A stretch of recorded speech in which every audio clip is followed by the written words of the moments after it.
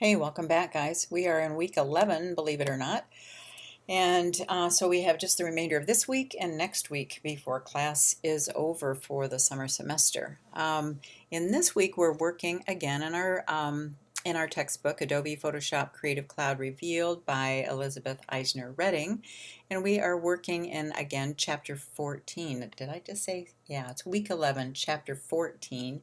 And we're working with liquefying an image. I have opened up our first exercise, which is 14-1. I'm going to try and make this a little bit smaller. And saved it as Walk of Fame. And the first step in the exercise is to go to Filter on the menu bar and click Liquefy. And after clicking Liquefy, you'll see this dialog box comes up. I'm going to try and squinch that down a little bit if I can. You may see a warning box about improving performance if your computer has some lower or insufficient graphics capabilities, but I did not see that, so that's a good thing. If you do, do what you can do, and then if you have difficulty completing the exercise because of where your computer is in terms of graphics cards and so forth, then you can just let me know. All right, so we're going to click the Zoom tool in the Liquefy dialog box. Here's the Zoom tool. And we are going to click the center of the image right here. I guess it's about the center. Now we're going to select the Advanced Mode checkbox if necessary and make sure all of the following checkboxes are not selected. So does not look like I need to hit any advanced box, but I want to uncheck Show Mesh if that is checked, which it's not. Uncheck Show Mask if that is, and let's see, it is. And then uncheck Show Backdrop, which it is not checked anyway. Then we're going to click on the Forward Warp tool, which is this very top tool in the Liquefy dialog box. And you'll see here an explanation of what these tools do. Forward is going to push pixels forward during dragging. Reconstruct unpaints recently distorted. Smooth is going to blur unsightly artifacts, and so on and so forth. I don't need to read these to you, but again, pay attention to these because you'll have a better understanding and maybe a little bit more predictability in terms of what the tool is going to do for you. So we're going to go back to this text box and we are going to make sure that the brush size is 35.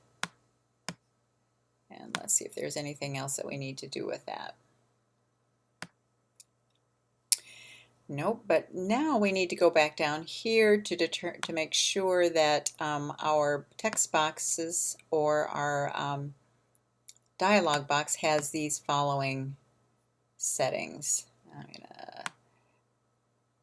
I have no idea how to make it be so that you can see this, so I'm just going to move them back and forth. Brush size is 35, which it is. Brush density is 50, which it is. Brush pressure is 100, which it is. And you want to make sure that this stylus pressure, that's not going to be available to you unless you have a tablet installed on your computer. All right, now we're going to position the forward warp tool pointer over the pink area. I'm going to move this over so you can see it in the bottle as shown in figure 4, which would be right about here.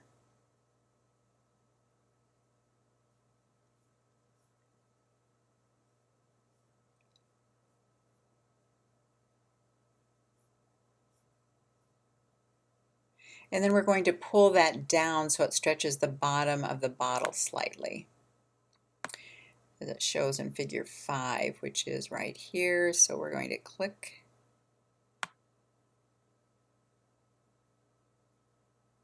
I don't want to totally distort her leg either, so let's see if I can do this just a tiny bit without distorting her leg much. There. All right, you can return an image to its previous appearance by clicking the Restore All button in the Reconstruct Options section of the dialog box. much like undo command or history panel. So again, the reconstruct options section, which would be right here. And then click OK to close out this Liquify dialog box. We're going to do a Command or Control S to save our work, and then compare your image to figure 6 or mine on the screen. And again, our results are going to vary just a little bit. All right, and I'll be back in just a moment to get on with the next exercise. All right, now we're going to, in the next exercise, freeze an area. And you'll notice in your reading portion of the assignment that you can freeze, you can thaw, and mask, although mask not so much so. But the freeze and thaw is obviously a direct correlation to food in the freezer. So by freezing an area, that means that it keeps it from being affected by some of the Liquify tools. And then you can thaw them or return them to a state that can be edited as well. So the first thing that I think is the exercise is we're going to freeze an area.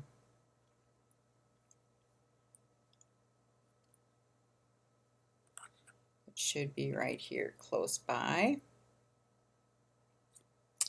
All right, so we're going to click Filter on the menu bar. And then we are going to click the second occurrence of Liquify. You don't want to do this one because watch what happens if I click on this Liquify. See, it just applies Liquify to that originating point that we did, and that's not our intent now. So you want to instead go to Filter and back down to Liquify to bring up the Liquify dialog box. Now we're going to use the zoom tool to magnify the man with the striped shirt.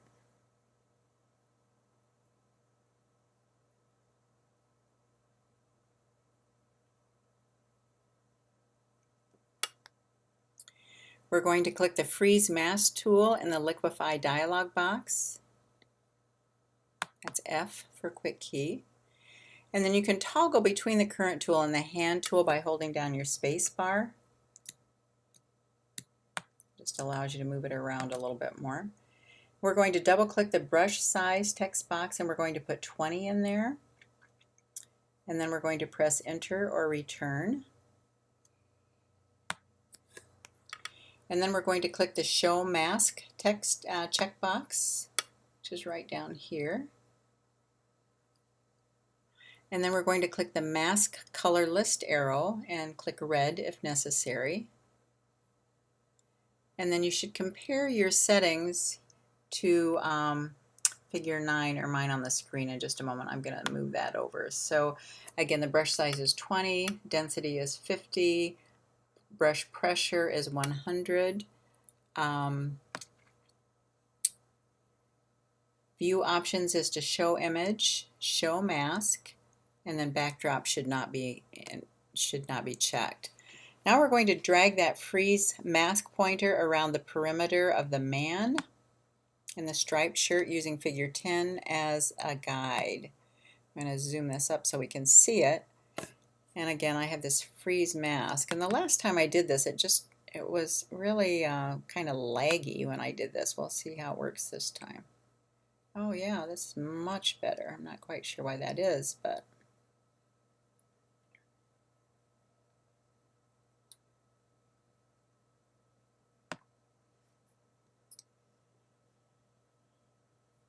all right, and the red area then, within the red area, that's frozen. Now we're going to get the pucker tool in the Liquify dialog box, which is right here. We're going to change the brush size to 100. I tried this once at 100 and I honestly didn't think that worked very well, but we'll try it again. We're going to position the center of the pucker over the 6th star and then hold the mouse until the star is noticeably smaller.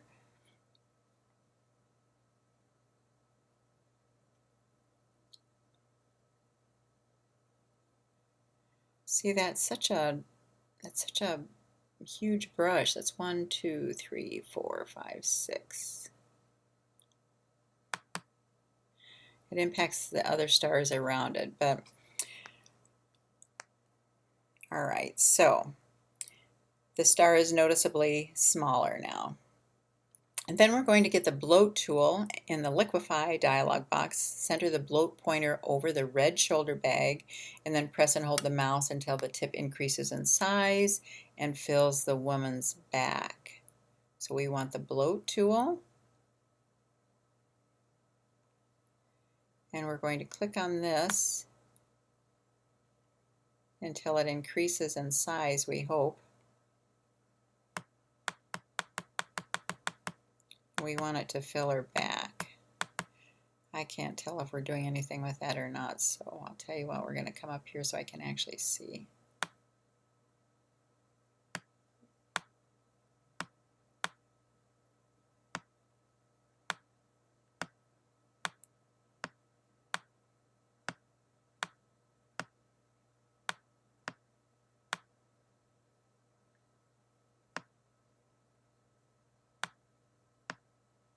We want it to fill her back, but holy moly, I don't know that I can get it to fill her back any more than this. All right, there you go. So you get the idea. Now we're going to click the Thaw Mask tool in the Liquefy dialog box and using the brush size of our choice, and we're going to paint the mask over the man's head to erase it.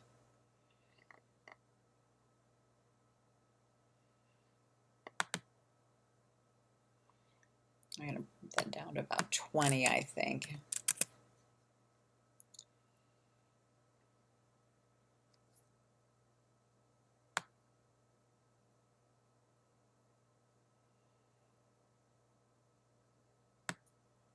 All right, then we are going to click the Forward Warp tool and with a brush size of 25 and drag the hat down to elongate it.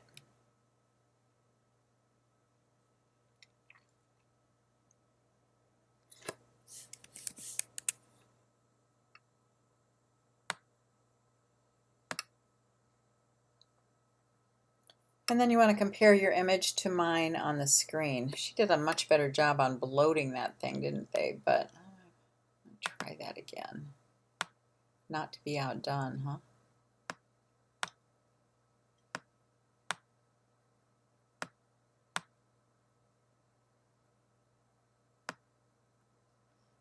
All right, and we are going to compare our image to figure 11, which otherwise that was fine. The stars were, I'm going to zoom out so you can see that. Star was minimized. Not nearly as much as theirs were, but let's see if I can do that a little bit.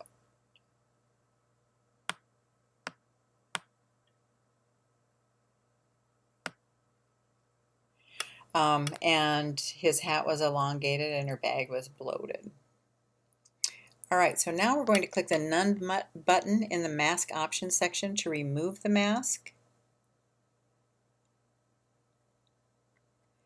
Click OK. And then we are going to display our history panel.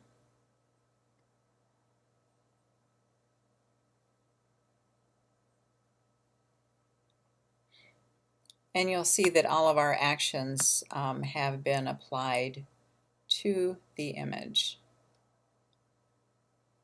So I'm going to make this a little bit larger so we can see.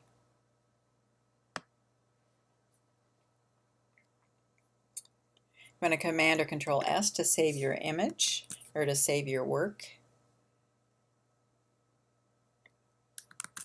And I'll be back in just a moment.